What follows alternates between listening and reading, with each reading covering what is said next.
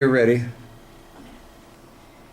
To my surprise, whenever I bring up the most trafficked animal in the world, most people are unaware of its existence. Endangered animals are beyond just the animals we see on TV and at the zoo. Today, I will introduce you to the pangolin, and I will explain to you how it came to be the most highly traded mammal on the black market. First, I will start by discussing the physical and behavioral characteristics, and then I will talk about the reason behind its high demand in Asia. So that's how it's spelled. It's not penguins, as most people think I say. That's exactly right. I'm sorry. Okay. Often mistaken for reptiles, pangolins are actually mammals that are 20%, their weight is 20% made of their keratin scales, and keratin is the same material that makes up our hair and nails. There are 8 different species of pangolin. Half are found in Asia and half are found in Africa. They grow to be from 1 to 5 feet long and from 3 to 70 pounds. They have no teeth or external ears, but they hear pretty well. They have poor vision, so they use their strong sense of smell to locate termite and ant nests. Their long and sticky tongue is perfect to reach and dig these insects out from deep holes. Their food is grinded down in their stomach, and they sometimes eat small stones and sand to help the process to break it down. When threatened, pangolins curl up into a ball like an armadillo. This works as good protection from predators, but it makes them easy prey for hunters. They can also emit a strong smell like skunks without the spraying. Some pangolin species live in burrows, while other species are reported to sleep in the trees. Pangolins are nocturnal and highly secretive, so it is difficult for scientists to study them in the wild, and many mysteries remain about their behavior and habits. It is unknown how long pangolins can live in the wild, but it is reported that they can live up to 20 years in captivity. Tens of thousands of pangolins are hunted every year. Large-scale trafficking of these creatures is driven by a belief in their so-called magical and curative properties, and their meat is also considered a delicacy. According to the African Wildlife Foundation website, it is believed that when mixed with bark from certain trees, pangolin scales are thought to neutralize witchcraft and evil spirits. If buried near a man's door, they're said to give an interested woman power over him. The smoke from their scales is thought to improve cattle health, keep lions away, and cure sicknesses like nosebleeds. Despite the lack of scientific evidence suggesting they're effective, pangolin scales are also used as an ingredient in medicine to help breastfeeding women lactate milk, to help improve blood circulation, and to cure illnesses ranging from asthma to cancer. In some areas, tribes believe that spotting a pangolin means that there's going to be a drought soon, and the only way to prevent the drought from happening is by killing the animal. Pangolin meat is also thought to provide health benefits such as nourishing the kidneys. There's even a soup called pangolin fetus soup that is believed to enhance a man's masculinity. Although altogether, these beliefs have driven the species to near extinction. Due to the differences in size of the different species of pangolins, they each come with a different number of scales on their bodies. But according to a National Geographic article, the scales of a single pangolin can have a street value of up to $2,700. To take a closer look at just how extreme the hunting of the pangolin is, I found 2 examples of busts in Asia to share. On November 29, 2017, China seized the largest haul of the animal.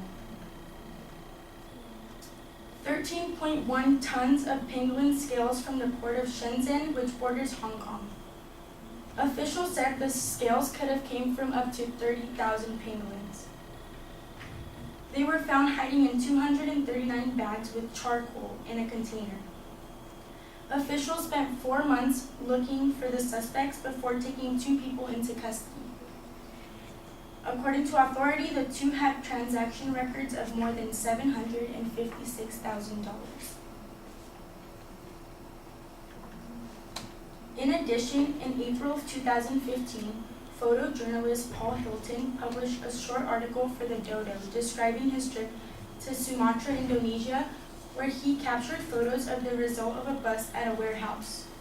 He shared pictures of what he said was 60 crates that acted as prison cells for dehydrated penguins curled up in fear.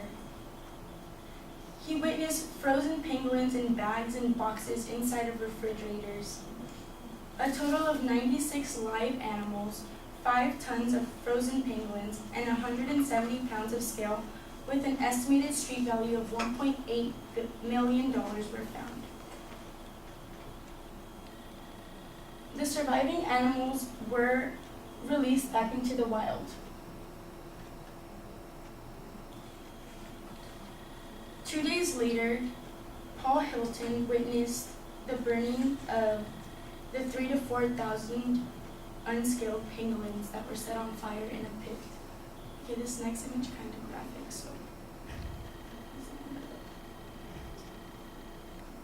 these were all set on fire because they were all the dead, unscaled penguins that were found in the warehouse where they were busted. So basically this warehouse in Indonesia was where all the hunters would bring more and more penguins in. So this is from a number of hunters that would all bring them to this warehouse, and after a brief ceremony, they were set on fire. As you can see, the hunting of penguins is more serious and extreme than imagined to be. This situation deserves more attention from the world. They are harmless, incredible creatures, and simply by the selfishness of humans may cease to exist in the future. It is important to be informed of the events going on, regardless if they are not happening in our country. I will end this speech as a reminder that the earth is a home to all and the many creatures on it, not just us. Thank you.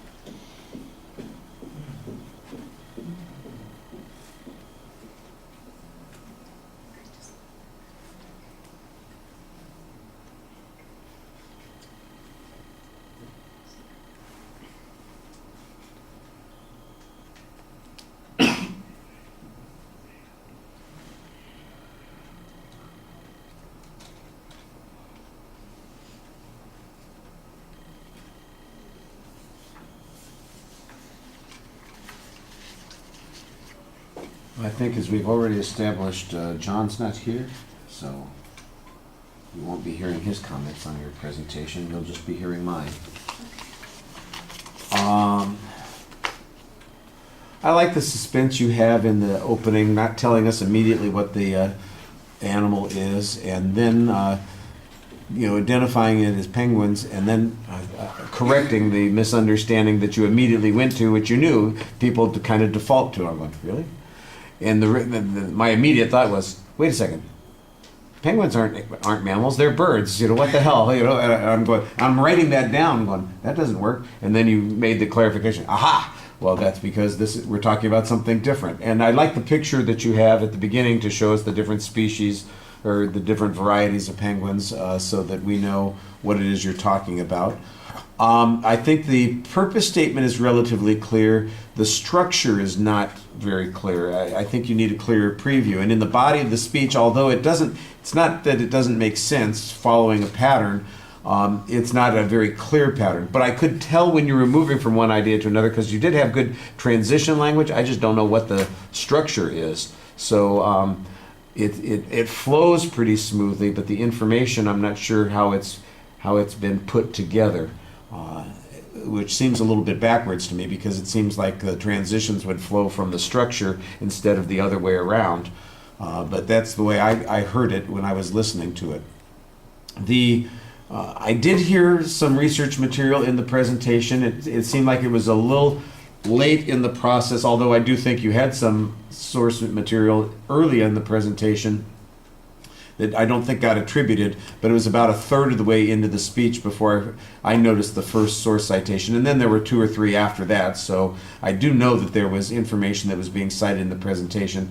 Probably needed a little bit more, especially with some of the information that you got at the beginning where you're talking about it's the most widely trafficked animal in the world. I'm going, okay, well, how do you know that? Where did that come from? I'm probably one of those articles that you cited, so we need to get that information in there too. The visual materials, they're pretty straightforward. At the beginning, we get the one that identifies what the animal is, and we get a sense of seeing it. The scales, I think you can see the scales in the pictures of the whole animals, and then you see a little bit of it when you're talking about the busts of the smugglers who are putting them in. I seemed like that might be one of those things where it could have justified having its own picture and talk about why people want the scales. What it is when you're talking in that section about why people want the scales, that would be, a place that would fit in pretty conveniently, and it would be straightforward. And I'm assuming that the scales don't fall off, like a bird shedding its feathers. You're not harvesting them and the animal stays alive. You got to take them off, and it kills the animal. Otherwise, we just have penguin farms where we're dropping off the eggs. It sounds to me like a lot of the reasons that these animals are trafficked have to do with the mythology of their medical benefits or their impact on people's lives and that sort of thing. So I think you need to give us a little bit more information about how long those traditions have been around, why people think those kinds of things. I think that would be a little bit more interesting. That it's true, I don't doubt. The world's full of people who think strange things, but how widespread those beliefs are and how much that's practiced. I mean, the amount of animals that you're talking about there, apparently a lot of people believe that this kind of stuff is true, and we don't have any medical evidence that's on that. Nobody's done any research on these kinds of things. It's just something that people believe. I don't want to refer to, this is mostly in China, right? Yeah. Yeah, I don't want to refer to China as a primitive culture. I don't think it's, but there are probably some parts of China that are probably pretty primitive, and that maybe that's why it's still sustained there. The pictures I think are fine. The second half of the speech is mostly dominated by the law enforcement material that you've got. I thought you did a nice job telling those stories. That's the thing that makes it interesting in the second part of the speech, how dramatic that is. And you do a pretty good job speaking to the audience. Even though you have notes and you have to look at them regularly, you usually look up and talk to us. And that's exactly what we want you to be doing. When you're using notes, it should just be to remind you about what the next point is. You're not really reading. You're talking to us, and when you look down, it's mostly just to remind yourself about what's coming next. That's the way you're supposed to use notes in a presentation. So good job there. Thank you.